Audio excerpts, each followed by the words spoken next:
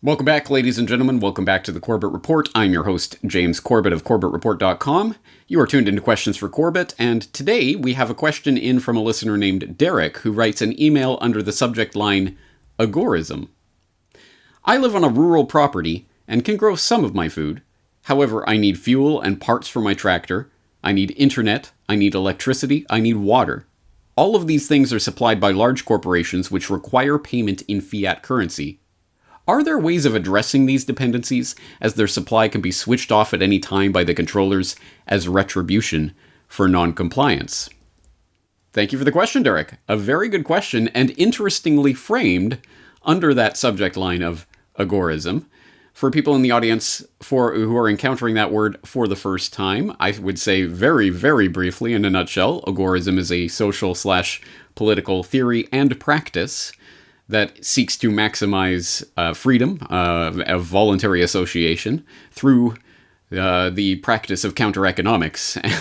If that doesn't quite answer your question of what is agorism, then I will point you, as always, in the direction of An Agorist Primer by Samuel Edward Konkin III, available completely for free online. I'll point you to one of those resources. And I will also ask you to type agorism into the search bar of CorbettReport.com, where you will find plenty of interviews, podcasts, and articles that I've written on the subject in the past. But for today's purposes, I am going to interpret Derrick's question and the framing of this question under that heading of agorism as an attempt to maximize the space for counter-economic practice within society, or as the normies would say, self-sufficiency. Is self-sufficiency possible, and how do I go about it given these limitations? Now, I think there's a couple of things to address here. One is the very practical questions that Derrick raises, and these are the practical questions that people will start to encounter when they start to try to apply counter-economics in their own life to achieve an agorist society. But there's also the sort of deeper, more philosophical question, is self-sufficiency of this kind really possible at all, or is it a pipe dream? And if so, what does that mean? So I have a lot to say on this subject, and in fact, I have spoken about this here and there in various places over the years. So let's consolidate that into this edition of Questions for Corbett, so it's a one-stop handy resource for this.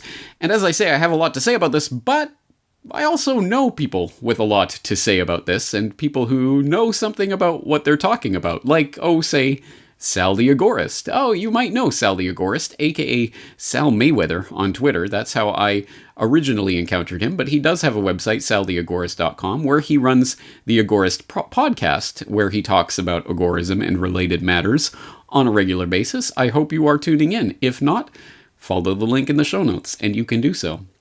But recently I had the chance to talk to Sal the Agorist about this question. I posed the question to him, and this is his response. Well, I guess my advice would be always to hold sound money and then convert it right before the time of purchase. So whether that's gold or silver or cryptocurrency, that's what I would do. And I think the easiest way to do that is with a crypto debit card, something like BitPay or the Crypto.com card, but that is a heavily KYC'd process. So if you're looking to do that in a non-KYC way, I would recommend checking out one of those peer-to-peer trading sites like local.bitcoin.com or localcoinswap.com. Excuse me. But what I think is really important here is that this sort of shows the importance of the entrepreneurial aspect of agorism, right? If there's a demand for it, right? If there's a demand for tractor supplies and people want to pay in cryptocurrency, that seems to suggest that somebody out there, one of us agorists, should be supplying that. And if we can offer that sort of those sort of goods in return in acceptance for cryptocurrency, then all the better for the counter economy. And that really speaks to Sam Konkin stressing the role of the entrepreneur as opposed to wage work. So I would say, hold sound money and convert it, and also consider starting a business where you can actually accept those parts in exchange for cryptocurrency to sort of smooth those gears a little bit. What about the long-term perspective on this as new technologies come up? I know you're a big 3D printing advocate, I mean, we are trapped in a level of thinking of maybe 20th century or even 19th century production that's structured around these large corporations with Absolutely. these gigantic manufacturing bases. That's not going to be the way of the future. Manufacturing is coming down to the local level. Can you speak to the longer term picture of our getting off this dependence on, corporate tractor companies, John Deere or whatever, or, internet being supplied by ISPs? Yeah, no doubt. I think you hit the nail on the head. I really think decentralization is sort of the trend here, and that's spurred on or definitely driven by technology. We see that in things like Bitcoin. Sort of breaks banking down to the individual level. 3D printing, as you mentioned, takes the whole manufacturing industry and sort of disintermediates the legacy manufacturing industry and sort of empowers individuals with that role. And there's other examples too, like we see tokenization as sort of now, instead of people having to issue stocks and bonds throughout these, enormous monolithic centralized exchanges approved by the SEC and FINRA, now with the magic of blockchain and tokenization, they can do it themselves. And the list goes on. And I think as technology continues to increase and we see things like AI and facial recognition and all these sorts of new technologies being progressing and being developed, I think that sort of decentralization is only going to be exaggerated, and we're going to see even more disintermediation. The effects of Bitcoin and 3D printing is really only the tip of the iceberg. And I think in about 30 years, if we can replay this conversation, we're going to sound like a couple cavemen. Hopefully. All right. Yeah, hopefully. Exactly. All right. How about resources? Are there any resources that you would recommend someone like Derrick check out if they're looking to push this forward and get even more decentralized?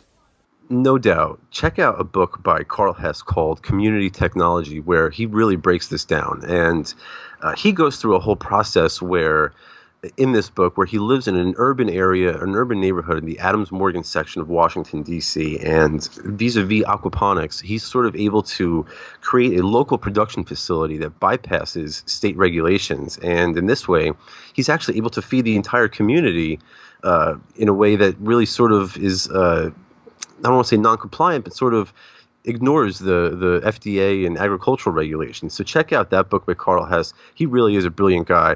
Also, I'd recommend subscribing to the Survival Podcast with Jack Spirko, because Spirko is really a very knowledgeable individual when it comes to this sort of stuff. So those are two resources I would highly recommend.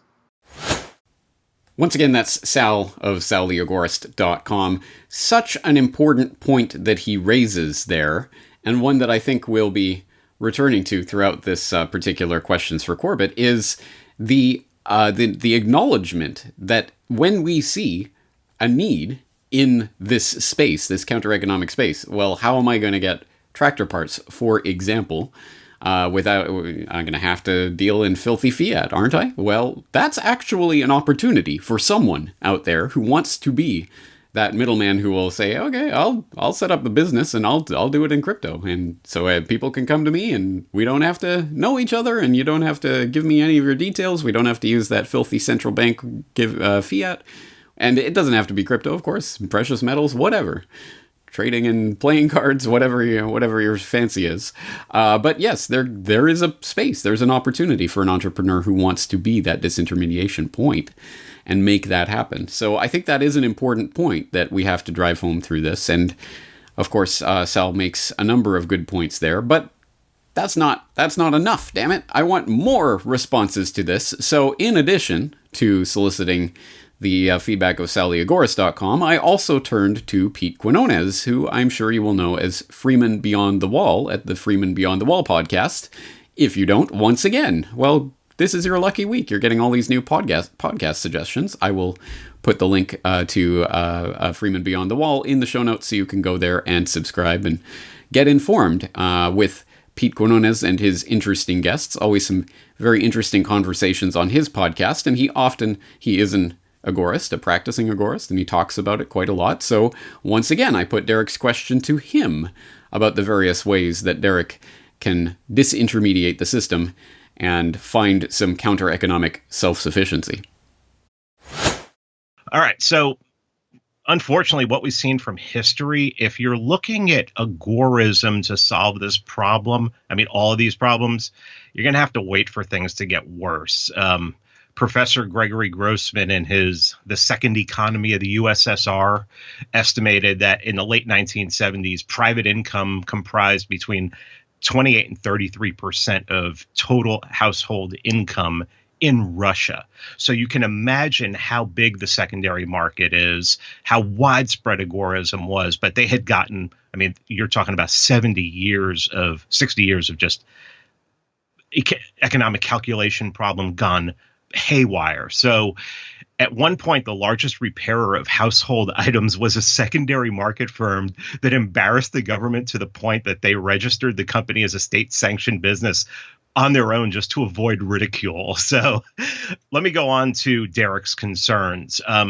As far as internet goes, there are already open source projects. One's called LibreWeb, but you need electricity for that. So the idea of electricity being supplied on the secondary market is really foreign to people. There are some remote communities that I know of in the U.S. that aren't near a grid. So what they did was they created co-ops, which is socialism, but it's voluntary socialism, and they use water power, mills, things like that. And they basically they keep it and then they invest back into it. So it's just a community doing it. So if that's something you're really worried about for the future, that's something you could look at.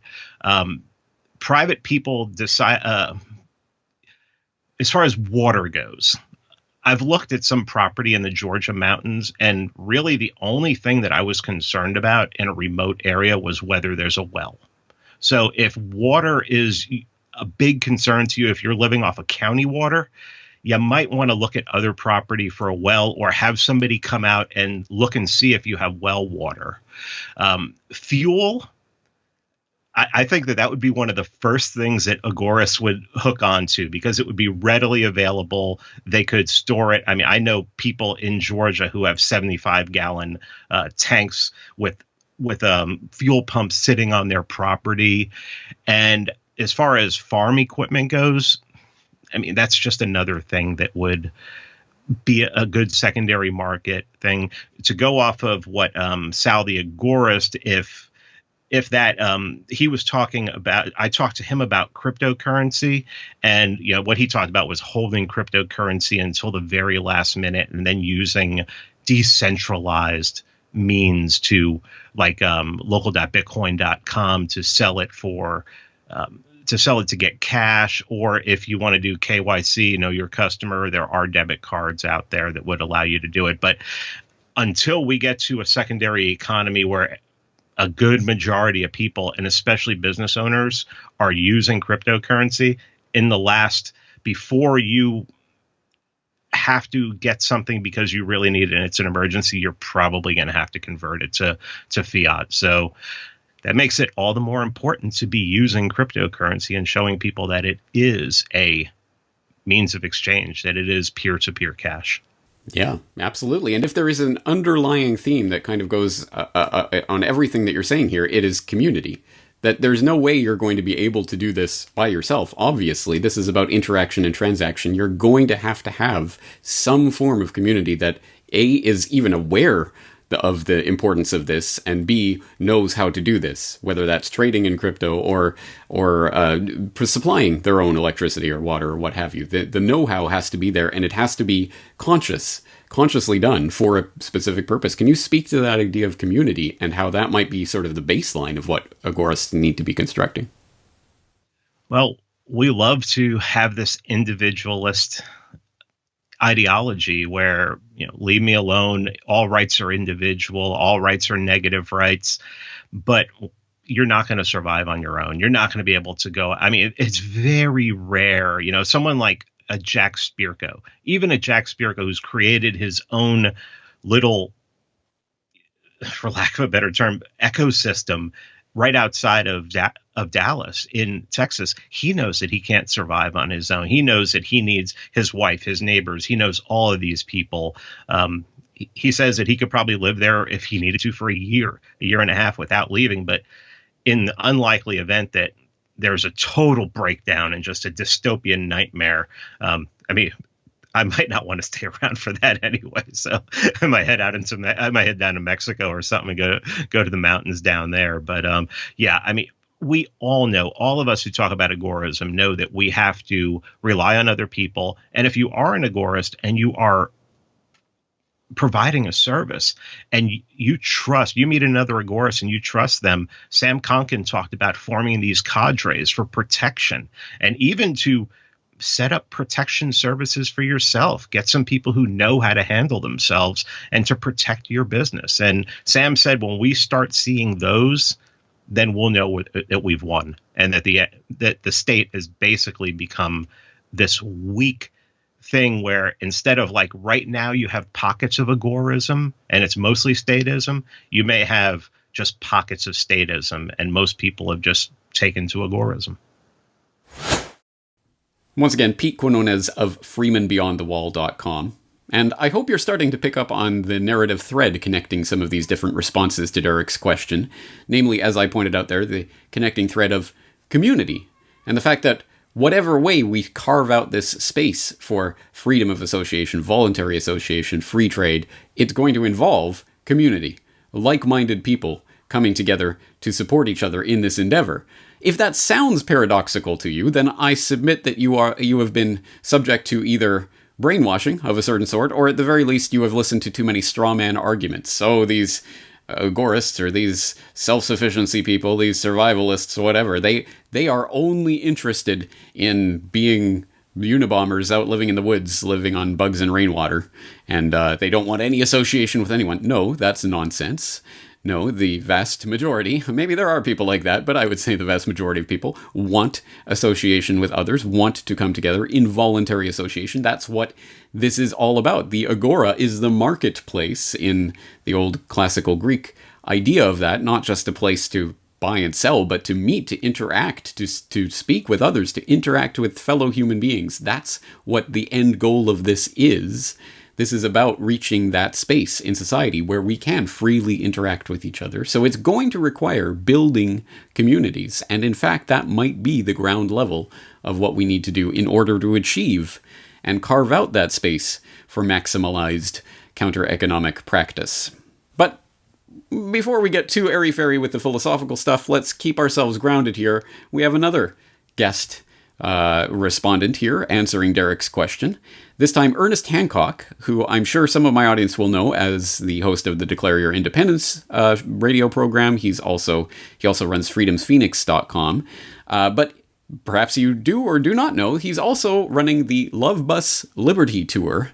And if you do not know about it, you can find more information at the Love Bus Liberty Tour homepage. I'll link up in the show notes. But long story short, for people who don't know, Ernest Hancock has been around for many years in the movement in various forms, and in fact created the Lovolution logo that Ron Paul used the Ron Paul movement in 2008 was using quite a bit, and does a lot of activism along those lines. Well, this year for 2020, it was his plan to basically sell his home and move into a mobile bus-like unit that they could drive, him and his wife would drive all around the country, spreading the word, in this case specifically focusing in on vaccine choice and vaccine education, and some real information about vaccines and their harms, which is interesting because all of this was, he selected and committed himself to doing all of this last year, maybe even before that, but at any rate, before all of the scamdemic of this year unfolded. So a very interesting and very timely tour that Ernest Hancock is engaged in. And for those who don't know, he is continuing to do his operations, run his radio show, etc. from the road in his little RV. And I say little, but in fact, I don't know the size of it, but it's spacious enough to have a little studio in there. So it's quite an operation. And it's interesting because it sort of focuses in on that self-sufficiency dynamic, because energy and water and food and supplies, they have to take them with them, and to the extent that they can, they have to be self-sufficient for days, sometimes perhaps potentially even weeks at a time.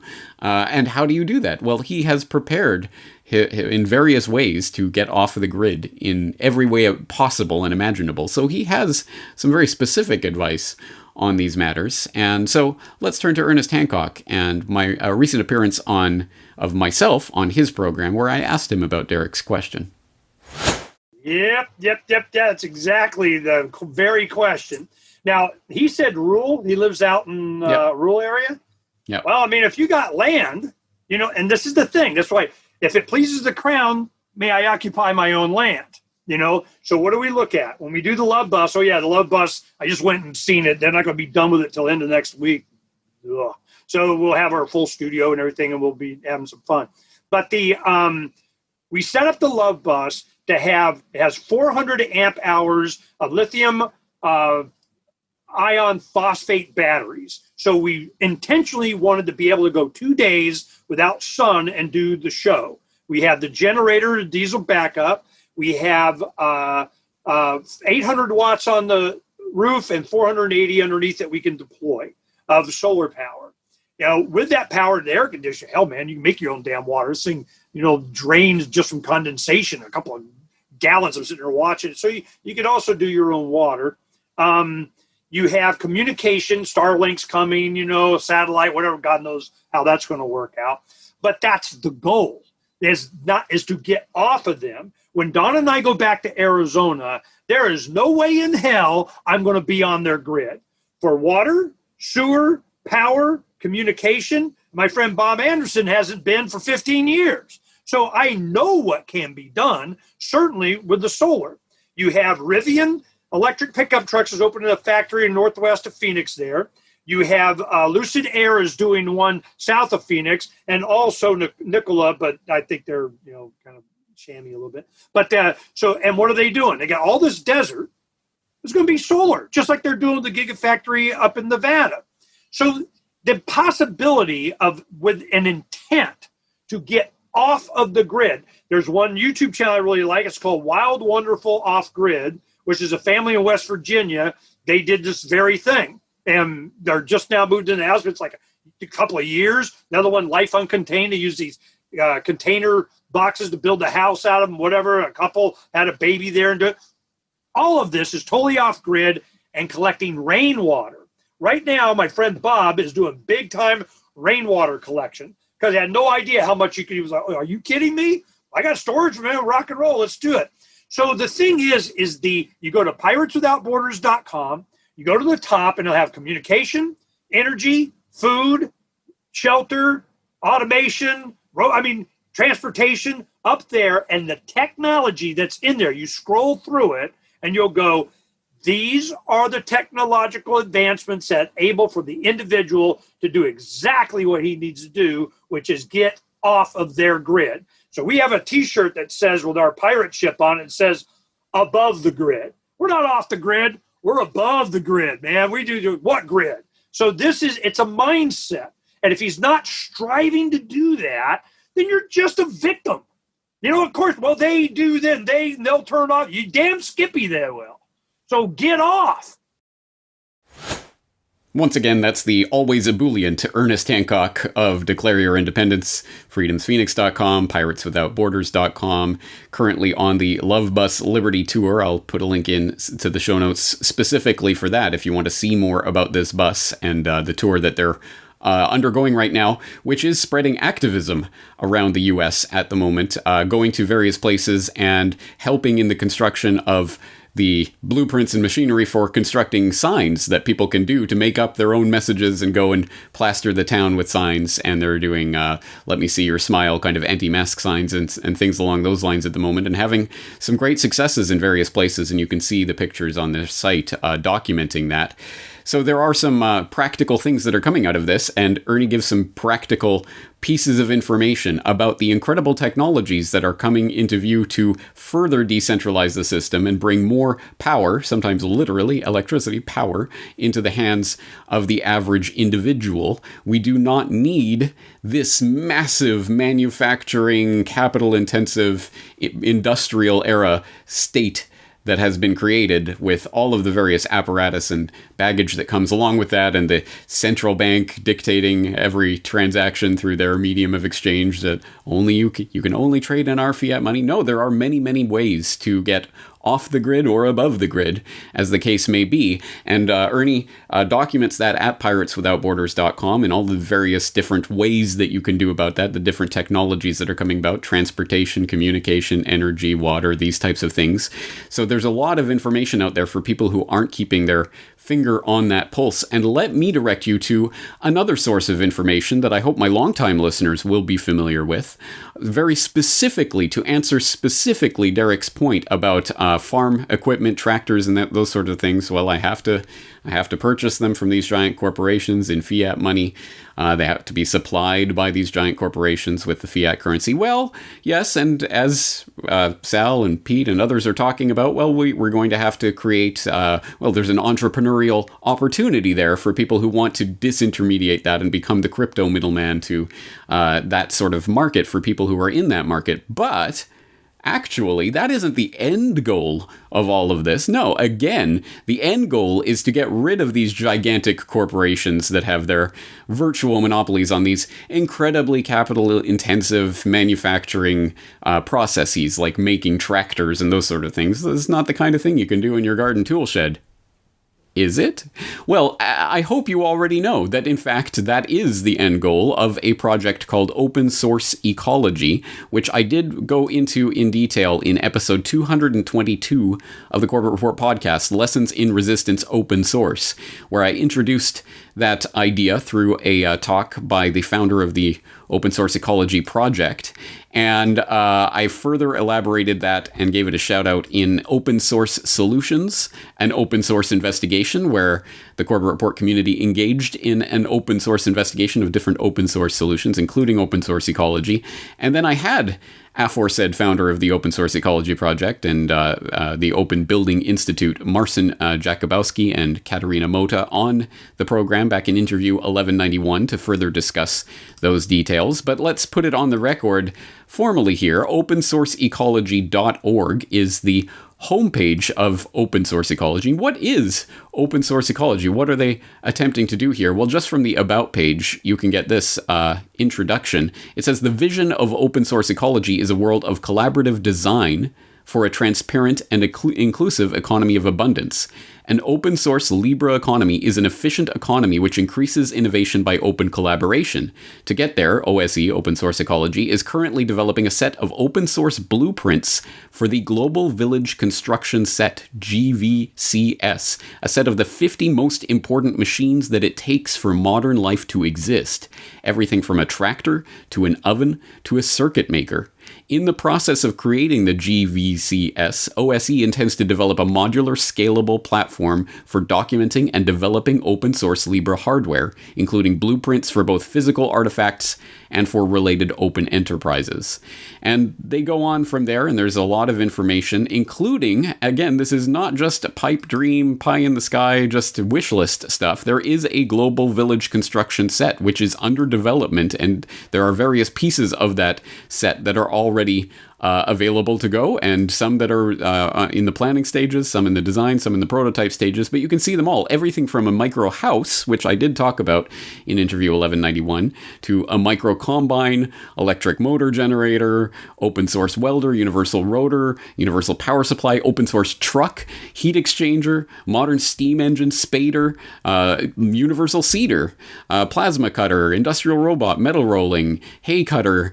I mean, all of these various instruments, they are developing the open source blueprints that you will be able to use to create your own machinery. 50 of the most important basic pieces of machinery for modern life to exist that will be open and freely available, and you'll have the blueprints at your fingerprints. That is the absolute end goal of this, is not to envision some world where, oh, maybe we can buy from these gigantic mega behemoth corporations through crypto or something like that. No, we can actually collaborate to help design these processes that are now available at the individual level. And once again, this is not pie in the sky, some sort of, future many thousands of years off. This is happening right now. And I note that, unfortunately, by the time this Questions for Corbett is released, you will have just missed the latest open source microfactory build camp, which is taking place right now. There's 3 weekend shops. They take over 3 weekends,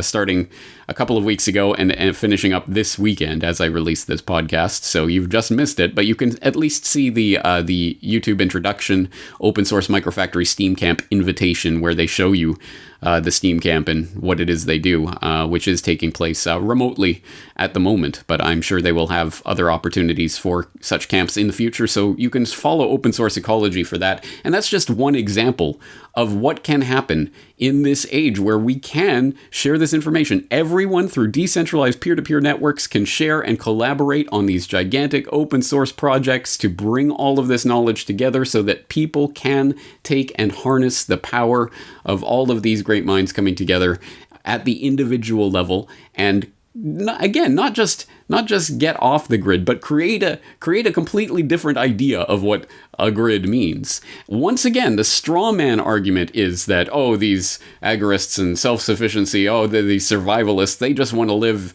in the woods by themselves and never meet another human. That is nonsense. That is garbage. That is a straw man argument. No, of course, human beings want community. They want to come together for voluntary interactions. That's what agora means. That's what it is about. Agora, not just the sense of the marketplace in terms of economic transactions, but in terms of people coming together, interacting with each other. That is the goal of agorism, and that is what we're working towards.